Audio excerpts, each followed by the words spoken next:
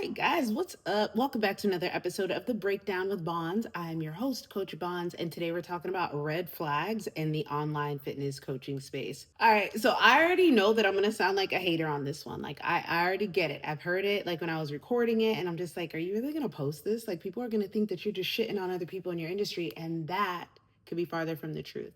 One of the things that I believe is that if you truly love something, that you are going to critique it. You are going to find ways to make it better. And this has been a pattern in my life in every place that I have been placed, whether that was church, whether that was corporate America, whether that was restaurants like Universal, whether that was Toastmasters, like any place that I'm in. If I'm really passionate about am I on? Okay, we're on Facebook. When I'm passionate about whatever it is, yes, I'm going to constructively critique it because I want it to become better, not because I want to tear it apart. So when I'm on here talking about the online coaching space, it's from a place of passion, it's from a place of concern, and it's from a place of actually wanting to help serve people. Think of me as like a politician that actually gives a fuck, right? That is talking out right now against America, not because they hate this country so much, but because they love this country and believe in what it could and should be. And so they're actively working to change that. That's who I am in the fitness space. So please don't look at me as a hater or someone who's just trying to step on toes or trying to, like, I don't know, like take money out of people's pockets. It's not that.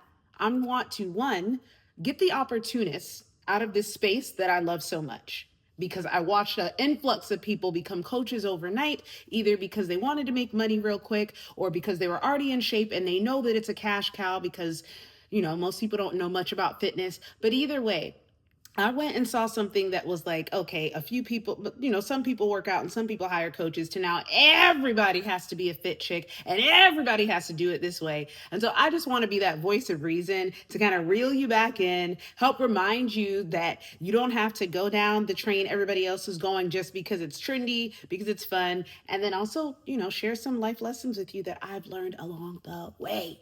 So I posted a reel probably last week on TikTok, today on Instagram and Meta platforms. And I was talking about the red flags that can be found in the coaching space. And the very first one was talking about their feed being completely aesthetics. Now, before I even jump into that, I want to touch on the caption that I wrote for that reel. And I was asking, like, has anybody ever had a teacher? There's a Alex the alligator. I'm facing the lake, and whenever I can see a little line, can see the snout. Okay, that's Alex. Don't worry about me. Anywho, so I was asking, I was like, have you ever had a teacher, a mentor, or a coach, or somebody that was obligated to teach you or spend time with you, and you could tell that they really didn't want to? For some of us, that's our parents. Either way, it didn't feel good, did it? Like, the exchange didn't feel good, right? On the other hand, how many of you have had like a coach or a mentor or a pastor or a leader or somebody who genuinely liked you, liked spending time on with you, liked investing in you? Every word that comes out of their mouth is like gold at that point.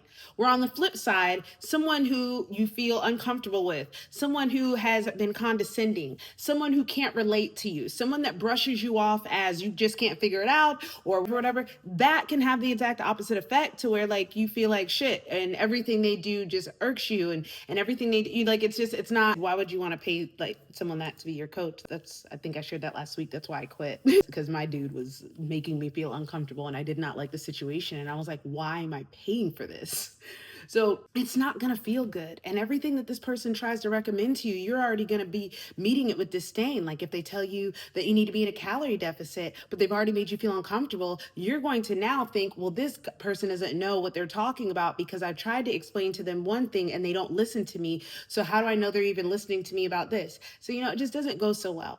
But if you've ever been in that position where you knew something wasn't right off jump, but you made the choice to stay, or let's say, and this can happen with me too, because I'm a hard pill to swallow, an acquired taste. Let's say you get the ick from somebody, right? Like you're on their page and or you're watching their videos and you get the ick and you can't quite figure out what it is, but it's there. And maybe you're like me. I try to give everybody grace. Unless I can see what the ick is, like loud and clear, and I can name it out, I try to give people grace. So if I go to someone's profile and they give me the ick or it doesn't quite seem real, I'm like, well, let me give them grace, because I've been burnt a lot of times. So maybe one aspect of this person is reminding me of something that I've been burnt on before. But nonetheless, I try to give people grace. What has happened almost every time that I've given someone grace, when my body had a visceral, my body had an internal response to people. That's your intuition. That ick, that's your intuition speaking up like, hey, this person's going to trigger our body dysmorphia. Hey, this person's going to trigger our perfectionism. Hey, this person uses shame to market. And your ex-boyfriend used to use shame, and your grandma, and your auntie or your titi used to use shame. Like, that's what's happening. When you go to their page and you can feel those triggers, you can feel that visceral response, and you can't quite name it. It's not that there's nothing there. It may be that you are not aware yet of your triggers to figure out what the red flag is. And if that's you, please don't do what I have done multiple times in the past, which is just be like, oh, you know what, maybe it's just me. No, it is you telling you to run. So in the best case scenario, what I would say is, if you get an ick and you can't identify it easily, like this person does hard sales, or this person does this, or oh, like Channer, hold on, I got one. There's a fitness coach, the tactic he used on me where he flirted with me in the DMs, got to be, it wasn't even him, eventually like became like a friendship. And then we booked the call. And the day before the call, I get a text message talking about, can I get you to commit that you do $1,000 on the call? And I'm like, we're not even on the call yet. The fuck do you mean you want me to give you $1,000? You've been in my DMs. That's like somebody being in your DMs and be like, all right, so we're gonna book this weekend. Like, sir, I don't even know you. Unless this is Grindr or Tinder and that's what we signed up for. Like, no. So don't let those people in. I did not sign up with that person. That was the ick that I got from this person. I would watch their ads and like they seemed really cool and they seemed really pretty and they used all of the right psychological marketing language to reel me in. But I couldn't quite put my finger on him. Like, something's not right with this dude. And I don't like, and then he's a shyster. And Joey Swirl literally looks like the fitness version of him. They're both fitness people, but one dude was like a fitness coach now. Everybody becomes a fitness coach after they've been a fitness business coach. Everybody moves up there after they like cashed out after becoming an online coach. Now they're like, I can coach everybody, whatever, no shade. But it's just, I've seen it. So yeah, if your intuition is telling you that something's wrong, it's probably not an accident. All right, another two red flag. The first one was your own body's intuition telling you this is not cool. The second ick is going to be, this is a genuine question for you. And I'll give you a quick story time. One of my first online business coaching programs, and I've been through a lot. When I bring this up, I realize just how many programs I went through searching. That's why I can relate to you guys that are searching for the right weight loss program, for the right fitness program, for the right. I hear you. I get you. I am you. $30,000 later, I'm learning I didn't need all those different people to tell me. I think I had one good coach, more than one, but there was one program that I did take out of all of that. I'm like, this was a summation of what everybody said. I wish I had found you first, lady. I think she was the last one I hired too. Damn. Yeah, no, she really was. Anywho, she was worth it. And I go back and I redo her course. A lot of the mindset work that she put in my head has been gold. Anyway, very first group that I was a part of, they attracted me because they used verbiage that I liked. It was called high impact coaching. Your verbiage may be snatched waist or menopause, or, you know what I'm saying? Like, we all have our pain points, and people that know how to market well, or people that have studied marketing and understand sales psychology, know to hit our buttons. I had just left church. I wanted to use my gift of preaching and speaking and teaching. I wanted to use these gifts to help change the world, make the world better. So when I see something like high impact, they already know that I'm a sucker for like being a good person. Boom, hook, line, and sinker, got me. Next, they started talking about people that want to make an impact in the world, want to do more than blah, blah, blah. I am sold. Going to the program, they're all on mindset. And I'm like, oh my God, I love this stuff because I have such a victim mindset. I have such a poverty mindset. I have such a scarcity, like, oh my God, like I know my mindset is fucked. So I'm just so excited to be in here with all these people and it's so high energy, da, da, da. And then I immediately notice that the people in this community are not like me. I am in my mother's garage because I had a choice of buying a home or going all in on myself and my business. And I chose to let my kids stay at their father's house while I go back to my mom's house and start my business. Like, that's how serious I was about going in on myself. And for a year, I slept in my mom's garage. These people who I'm in the community with, they're all six-figure earners and people that came from executive positions in their corporate jobs and wanted to have more of an impact. Not the single mom who didn't get hired after she chose a career in ministry where she would be making pennies versus her career in nursing because whatever. No, I felt called. I don't regret it. But we were not the same. We were not the same. We weren't coming from the same demographic. We weren't coming from the same background. We are not You know what I'm saying? And this is something that can easily be overlooked when you're trying to help people and you just want to put people of common interest in the same group. And this is sometimes what happens in America, and we don't understand why people are always fighting at each other. Just because people have similar hobbies, interests, or they like this show does not mean they're going to be compatible on this show. Or because they like the beach doesn't mean that they're going to like this type of beer. And people are complex and people are nuanced. And so when I was in this program, I realized these people did not look like me. These people did not have the same mindset, struggles, and issues that I had. And so because I was not where everybody else was, I could clearly see I was frustrating these people. I was like, my God, she still doesn't get it yet. And I eventually just dropped off and I just left. And for a couple of years, like, whatever, that's not important. But I was gonna say they kept hitting me up like, hey, they didn't even know that I quit. They kept hitting me up like I was a fresh lead and were like, hey, do you want to join our coaching community? I'm like, you mean the one I dropped out of and you didn't even notice? That's another thing. If you need attention, please don't go somewhere where you're going to be treated like another number. Subscriptions and communities that have thousands of people or hundreds of people, if you're someone that needs that one-on-one like attention, you're probably not going to get it in a community unless that is something that you have opted for. I talked about that also on like green flags. I was saying if you have to pay extra to get with your coach, that's a red flag. I wanted to give a disclaimer that when you join a community, know that you're joining a community, not a coaching program. A one-on-one coaching program is not the same as a community. I have a community and I talk to everybody in it. However, if they want one-on-one coaching, then they get to pay for one-on-one coaching. I hope that makes sense. I don't sell coaching programs and then leave people to their own devices and be like, hey, if you want to actually work with me, that's extra. Okay. There's another thing that might confuse some of y'all. There are courses that you can buy. And if you want the coaching that goes with the course, you have to pay extra. That's not what I'm talking about. Signing up to work with your favorite influencer only to learn that you're not actually working with them. You're in an app or you're in their community and talking to them is extra. Okay. This I would say is a red flag because if someone doesn't want to talk to their clients, it's one thing if you're too busy. If you are so busy that you can't talk to your clients, then you're basically Tony Robbins gets paid $1 million to coach people. I don't think any of us are up there yet. So if you're too busy to talk to your clients, why are you selling coaching spaces is number one. There's so many questions that can be asked about why you're too busy to talk to your clients. But at the end of the day, it usually boils down to profits over people, cash over clients. I have been in coaching communities where my business coach was yelling at other fitness trainers because we are in the comments. It's a live like this, but like in the community, we're asking questions like, well, what do you do when your clients say this? Or how do I handle this? How do you handle that? And the dude was like, what are you on the phone coaching clients for? Give them their meal plans, give them their workouts, give them their Loom check-in, and you're done. You get paid. You guys are making this harder than it needs to be.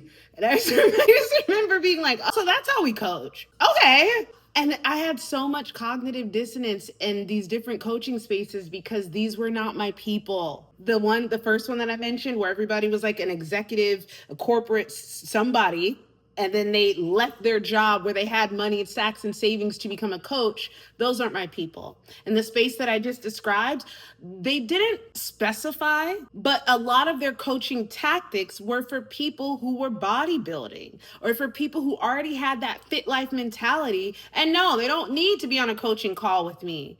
But for the average like I have a couple of online guys right now, they don't do their check-ins, they don't call, they just use my app. And if they need me, they'll reach out to me, but they know they have 2 calls a month, they don't use them. That's on them. But the people that do need coaches, that do need to talk to their clients, they don't need to sign up with a coach who's being coached by someone like I just described, who's telling you, no, don't spend time with your clients. That's a waste of time. Give them their stuff and move on. Those are tire kickers. Those are lazy clients. Those are bad clients. They're going to slow you down. Is part of what they're saying true? Yes, people that can be a drain on you can be a drain on you. However, my job, if I've communicated with you that part of my job is to hold space for you, but I'm aggravated that you want me to hold space for you, then maybe I shouldn't call myself a coach. All right. So just in case you didn't get it, red flag number one was your intuition letting you know I don't fuck with this. Red flag number two is, do these people even look like me? Do the people that they serve have commonality with you? Because if you feel like an outcast in the community, well, you could be. Like maybe you're just the one different person, but this is your place, or these are not your people. Okay. And then red flag number three is shame-based marketing. Now, as I mentioned before, a lot of people know how to use certain words to entice us and to get our attention. But if they use But here's the thing. This is the thing. I don't even want to stay here too long because I think you guys know what shame-based is. It's making you feel like if you don't do this now, it's never going to change, or you're lazy, or you got to do this, and it's kind of like there's this thing going on right now on the socials where it's happening, but it's like done comically. So it's like, I'm trying to think of an example where it's like something about food. The point is this. I think it could be done in a tasteful way. Like if someone is using like here we go, family. Your family can make fun of you, but nobody else can. So I can talk junk about moms because I'm a mom. I'm like, mom, get off the phone. Or mom, quit drinking the wine. You can't drink your water, but you could drink a bottle of wine. Like, see, that's different. But like if a grown man who's never had kids and is never gets on here and starts telling moms this, that, and the other, it can come off as shame-based, not because he's calling them out, which is what a coach should do, but if he's doing it from a place of genuine, like, I want to help you, that's one thing. But it's going to be very hard for that to be communicated to a large group of people online who don't feel like he knows what it's like to walk in their shoes. But again, at the end of the day, this whole shame-based one is going to be, it's going to be based off of you. And the red flag number one, does it make you feel bad? Sometimes shame-based marketing kind of lights a fire under my ass. Like I love it. But then sometimes shame-based marketing that removes the nuance as to why people are doing the thing we're shaming them about, that I can't go for. Like if I'm gonna make fun of my clients for drinking too much alcohol and not enough water while ignoring the fact that they're struggling with depression, I'm being a bully. But my clients that are drinking too much alcohol aren't struggling with depression, they're struggling with what's that word? Not listening to their coach. Okay. No, just not prioritizing their goals and their health. That's all. All right. I think we get that one. All right. Next. Red flag number four, they talk at you and not with you. I'm on lives a lot, so I get used to talking at the camera. However, when I'm in a coaching call or a coaching conversation with my clients, I got to shut up sometimes and listen or just ask questions and let them talk. It's very tempting to want to give them all the answers. It's very tempting to talk a whole lot, which I can do and love to do, but they're not my child.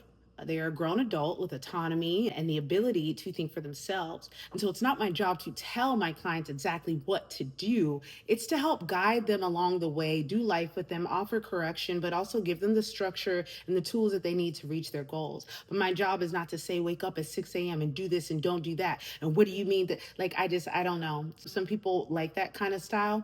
We may talk about this next week, like what kind of kinks you have that you like that. But anyway, moving around. Red flag number five. Are we on five? Yeah. The kind of people that, like, if you ever see a guy that says, guys don't need therapy, they just need the gym. Or here I am working through my mental health, and they're not joking. Personally, for me, that's a red flag.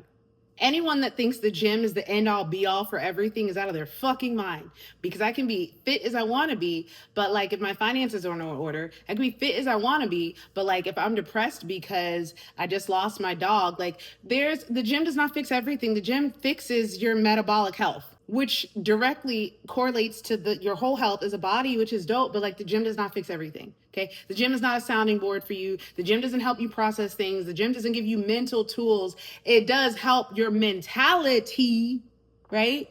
Like the self-talk that I have in the gym helps me see how I talk to myself outside of the gym.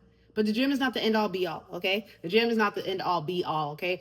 Like again, not gonna spend too much time here, but someone who thinks like that is going to have a hard time holding space for you, because the only space that they think you should be holding is like a squat rack at the gym. Okay. All right. My last red flag that I'm going to have on here kind of correlates to what I just said. People that are anti-medicine all around, just food, just exercise, just nutrition. That kind of goes with just the gym thing. If they want to do that for themselves, that's perfectly fine. But unless you are serving people who are taking that route with you, that can be risky, because not everybody, guys, it's 25. Like, yes, I'm coming around to realizing like I'm not gonna be able to function without Adderall much longer, and perhaps antidepressants. Not because I walk around depressed all day, every day, but because my manic disorder is like when my highs are so freaking high and it can last years. And my lows are the darkest thing that you could ever mother trucking see, and no amount of sunlight, walking, praying, reading, none of that. Like when I start spiraling and I can't grab myself in time, I'm down for the count until something good happens that brings me back up again. It's insane. I've learned how to manage it. I've learned how to see it. I've told my family and my partner how to help me with it. But at the end of the day, like medicine could help this. And so if you're following up a coach or you're thinking of working with someone, and you do believe in medicine and you do believe in other things, right? And that's a non-negotiable for you. But the person that you want to work with, great for you, they're really pretty, you love everything that they say, but they are very anti-meds. It could cause it could be a very interesting relationship where you could leave feeling like they pressured you or they changed your belief system or whatever, when it's just like you could go with someone whose path is more aligned with yours instead of trying to force this in here. See what I mean? Okay. All right. So I do want to say a couple words though on the coach's behalf. Number one, not everyone's going to be a good fit for you. I think I'm an amazing coach and I'm not a good fit for everybody. There's some people that definitely cannot deal with my all over the placeness, people that can't deal with my cursing, people just whatever. Like when I first started as a coach, I was more of a health coach than a personal trainer, and one of my friends signed up with me expecting me to be more like on her ass when I was sitting here trying to dig deep and get to the root of her problems. Flash forward a few years, she ended up going the surgery route, and it makes sense now. Like she was not trying to do the stuff that I like to do with people. Neither one of us is wrong. If you want to take the surgery route and not sit here and go through a whole health and life coaching woo woo with me, that's fine. There's coaches and procedures where you could do that. However, this is what happens when you don't really, it's not so much not vetting, but just not realizing everybody's not going to be a good fit for you. There's some girls that want me to yell and be like crazy like that. And I'm like, I'll get there, but that's just not my natural energy. I'm not a boot camp teacher, boom. And another thing, in the coach's defenses, they're running a business. So if they come to you, my business is everybody's plan is custom and personalized. I have my unique method and approach that I use, but everybody's plan is going to look like what makes sense for them. Like that's just is what it is.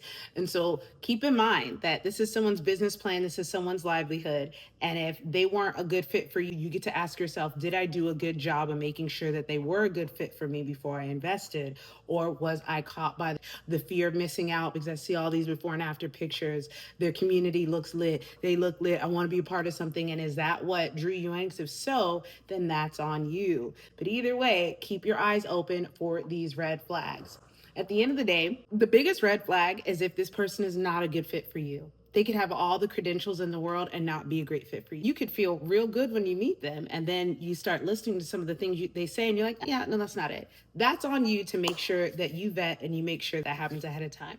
So thank you so much for tuning in for another episode of The Breakdown with Bonds. Let me know what else you guys want to hear, what you guys want me to break down. This week, we're talking red flags, green flags, and then just a whole checklist we'll do on Friday about what a good program is going to offer and what you should look for. So I hope you guys enjoyed today's episode. If you're watching this on YouTube, please hit that subscribe button. Make sure that you like the video, share it with someone if you think that they should get some value or could get some value, and leave any comments. I'd love to hear from you guys. See you Wednesday at 5:30 p.m. EST. Coach Bonds out.